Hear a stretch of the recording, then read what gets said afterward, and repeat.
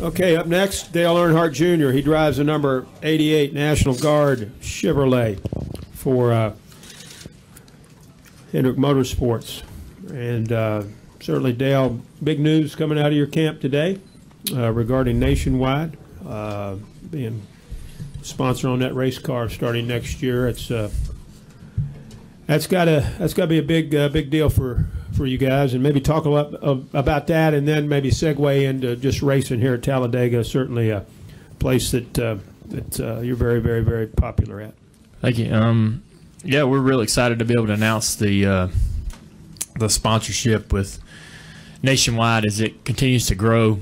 We've had a relationship with them for a very long time. It's been successful on both sides, and I'm really thrilled to be able to go to the next level with them and allow Hendrick Motorsports to be part of that. And it's a great fit. We've had a lot of fun together, and I'm excited to be able to continue that relationship. And so it's a good thing for me. And we were obviously looking for a good fit and looking for something that would work out well, and I can't imagine a better scenario.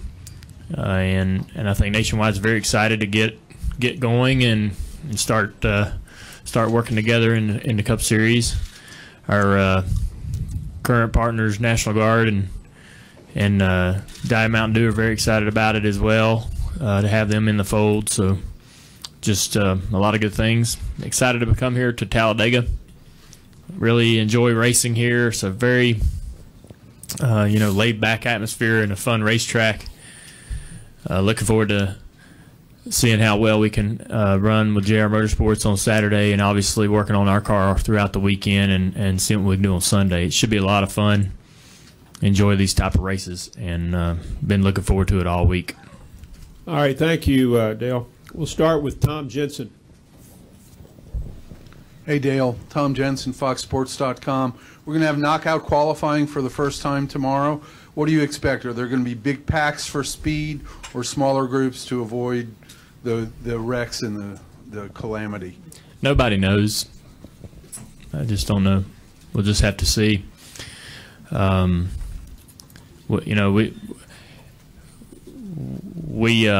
just, the guy that gets the pole is going to have to hit it just right. We built a brand new race car, so our willingness to take risks is going to be pretty limited throughout that process. And we just need to get into the field with the car. It doesn't really matter where you start, other than just picking on pit road. So not sure exactly what our approach is yet. We still got some conversations to have between Steve and our teammates, and just sort of feel out everybody's opinion about what they want to do and how they want to try to accomplish the best result they can. But I don't think right now anybody has any answers. Yep. Let's go in the back there to Kelly, and then we'll come up to Ed. Right there over your left shoulder, young lady. Thank you. Kelly Craner from Popular Speed. I'm hiding behind the cameras, Dale. You went through a period where you were really down on yourself when it came to plate racing. You said you couldn't figure out what line to get in. You seemed a little frustrating. Then you reeled off a couple of second-place finishes in Daytona, second here last year, and you won the 500 earlier this year. So I'm just curious where your plate racing confidence is coming into this weekend now. It's pretty confident. We as a team, I think, improved our emphasis on our plate cars to be able to improve their performance. I think that started to show in the last 12 to 16 months. And when me and Steve first started working together, our confidence or really our focus was more on improving ourselves as a whole. And we really didn't focus on the plate stuff as much as we needed to improve everywhere. So we had to kind of put our emphasis on the plate tracks on hold for a while to try to get our team in the right direction. And I think that started to happen where we're running well enough everywhere where we can start to put a little more care and preparation into our plate track cars, and that's definitely showing in the results. So it's just, you show up here sometimes and you have great race cars that do a lot of good things and are very effective when you're moving around in the draft, and there are times when you show up and for whatever reason, the same car that I ran second with in Daytona a year or two ago wouldn't hardly run down here for some reason. We just couldn't get anything accomplished, and we would get stuck in the pack and just boxed in where we couldn't go anywhere, and the car just wouldn't react the way we needed it to be able to move forward and be aggressive with the passes that we wanted to make. So it just depends on, you know, whether you hit everything just right, and it all starts with preparation at the shop, and I think we've been doing a really good job of that here lately. We'll go to Ed, Nate, and Rick. Go ahead, Ed. Ed Hinton, ESPN.com. Over to your left, Dale. As pumped as you were after winning Daytona, and now coming back to a place that you pretty well owned for a few years there, specifically about confidence, how much does all of this translate to? You've always talked about making the moves during the race and deciding whether it's the right move or the wrong move, and sometimes just taking a stab at it. How much does all of this translate now to your confidence that when you get in this race, and if you get down toward the end, that confidence that the move you choose will be the right move? The car gives you the confidence. When you're driving the car and you get a sense of the car's ability, the car gives you the confidence. And then when you're thinking more positively, you tend to see positive results. I mean, no matter what you're doing, whether you're driving a car or whatever, if you're thinking, hey man, I need to make this move right now, but I don't believe in the car, then the result is typically not what you expect, not what you're wanting, and more of what you expect. So when the car is very good and you appreciate what the car is doing throughout the day, you tend to expect it to make the moves you want to make and accomplish what you want to accomplish in the draft late in the race. And realistically, those results are pretty much come true, you know, when you have that kind of confidence in the car and yourself. It's a process throughout the whole weekend, really leading up to the race and throughout the first part of the race that builds that confidence. Let's go Nate, Rick, Bob, and we'll end with Randy. Nate Ryan, USA Today Sports, to your right. Going back to the Nationwide Series announcement, I know they made that announcement last year independent of today's news about leaving the series as the title sponsor, but their move to your car effectively leaves a circuit where you field cars looking for a primary brand. Does that say anything about the Nationwide Series, do you think, or is it just reflective of Cup's always going to be better in terms of exposure than the junior year circuit? I guess what I'm asking is, sure, what does it say about the sponsorship situation in the Nationwide Series? I think it says a lot about the direction that Nationwide wanted to go after their involvement in the sport for some time, and that they wanted to move forward and do something new with their objectives. And I also believe, from what I'm been hearing behind the scenes, that the opportunities and search for a title sponsor in the Nationwide Series won't be a challenging one, and that there's some good interest there. So those type of sponsorships, although both of them are involved in the sport, they kind of accomplish different things, and I think that this is a direction that Nationwide wanted to go after what they were doing was effective. And there'll be some opportunity and there's some good interest to fill that void.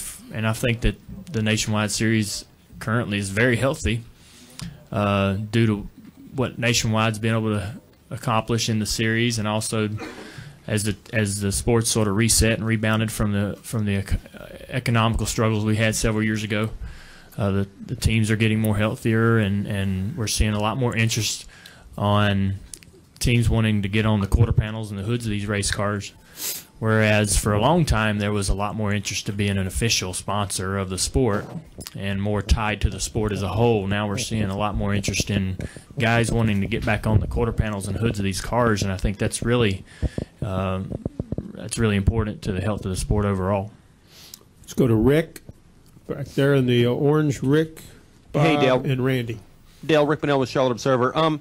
Just in general, the whole business of sponsorship, is it changing enough? Is it evolving in a direction where it's going to be truly a rarity for any one entity to sponsor one car for an entire season? Yeah, I think that's true. And that's just something. I don't know that that's a sign of anything positive or negative. I just think it's an evolution of how sponsorships have changed, much like, we used to think it was a wild thing when a guy would have 2 race cars out there instead of nowadays there's teams, there's owners that have 4 race cars and 3 race cars, and that's the norm. It's just the way things kind of evolve over time, and I think that it's really it's a lot busier when you have multiple partners, and it's a lot more entertaining and interesting as a driver for sure to have so many partners to work with and have so many people across so many different that can reach such an audience. So I'm really enjoying having multiple people to work with each year, and we all sort of learn from each other and how to market and how to reach as many people as we can. So it's been very, very effective, and we've had a lot of success with it. Dale, just to follow up real quickly, is that creating sort of a stress aspect to it, though? You don't necessarily know going into the season exactly who's going to be behind your car for an entire year? No, not necessarily. Not for us particularly. I know that in certain instances with certain teams, there's definitely that stress, and we feel that somewhat at times in the Nationwide Series. But at this particular point, we're very healthy and we have a lot of interest. But there are times if you go back 3 or 4 years ago, where every team was having a difficult time finding the proper funding to run the full schedule. But so I know there are teams in the series that struggle with that every year. But at this particular point, the sport's gotten so healthy over the last 3 years. There's been a lot of growth and a ton of interest, and I think that's not reached its peak yet. So that's good for everybody. Final 2 questions. Bob Pockris, Randy Kovitz. Go ahead, Bob. Bob Pockris, Sporting News. I know from everything I understand, you're a pretty frugal guy. So could you ever imagine, if you were ever to get married, that you'd spend $2 million like the National Enquirer says that you're going to be doing later this year? Yeah, I definitely would have a hard time writing that check. So, no, of course not. I wouldn't force everybody to go down to Daytona for my wedding. I'd probably just have it right there in the backyard, but whatever's easiest. But that was funny. I read that, and I just was, it was a roller coaster of an article. Pretty good. I didn't. So we just skipped the engagement, I guess. Went right to the wedding. Final question, over here to your left. Junior. If you like that. Yeah. Dale, over here. Yeah. Randy Yes, Kovitz, Kansas City Star. Another off-the-wall question. Next weekend in Kansas, it's Mother's Day weekend, and we're doing a package on NASCAR moms. Mm-hmm. What would your mom mean to you, and how did she help you along during your childhood and rise all the way to where you are today? Yeah, I don't have enough time to answer that to give it justice, but she was from a racing family. Obviously I loved the sport when I was a little kid, so I was so lucky to have it on both sides of my family. My parents split up when I was really young, but no matter where I was around a race car, which I really, really appreciated, because the G's, my brother was a G, Robert G and Robert Jr. and all them, they raced and did things differently and approached racing differently, so it was fun to sort of learn from both sides. She had a huge influence on me becoming a Washington Redskins fan, which I really appreciate to this day. And she just worked really hard, and she had a hard time giving up custody of me and Kelly to my father in 1981. But she just knew we'd have better opportunities and a better life in that situation, so that was very difficult, and she fought with that internally for many, many years. It was a real joy to be able to have her husband Willie retire from his job as a fireman, and them be able to move to North Carolina and be close and be able to really become more of a part of her life again. You know, she's got a great sense of humor and very sarcastic, and I really appreciate that. And just a ton of fun to be around. You know, if you want an honest opinion and you want the truth, even if you don't want to hear it, your mom's the best person to go to get it. She doesn't have a filter, and she'll steer you down the right path every time. So it's great to have a relationship with her that I have today, and she's a huge influence on my life and has been for some time. Yep, thank you. We're going to fit one more in, Dale. I'm sorry. Jenna had a question. No problem. Let's get her a microphone. Jenna Fryer, AP, you got first quarter driver of the year this year. You'd never won that before? I have no idea. Oh, okay. So what? I mean, now that you've won it and you're putting together such a good start to the season, how did you feel about that? Well, I just think it's obviously we would really be happy to win the award outright. To get it quarterly is a sort of a nod to how we've performed. It's good that you know, the media sees the performance, because it's as much as we love to do a lot of things for ourselves, we really get a kick out of when the media and obviously our fans see the performance and acknowledge it. So that getting that kind of nod was a great feeling, and because we've worked so hard to be able to be this competitive, and we show up every week and we're quick and the car's there, and it's been so long, or I've never really had that, to be honest. I can't even imagine 04 was even that good. So this is awesome that things are going as good. I couldn't be happier with what's going on in my professional life, and it's good to get that nod. It's just a good feeling when I consider the media peers of mine. We all work in this together, and it's just like another driver coming up and saying, "Man, you drove a hell of a race last week." So it's a good feeling.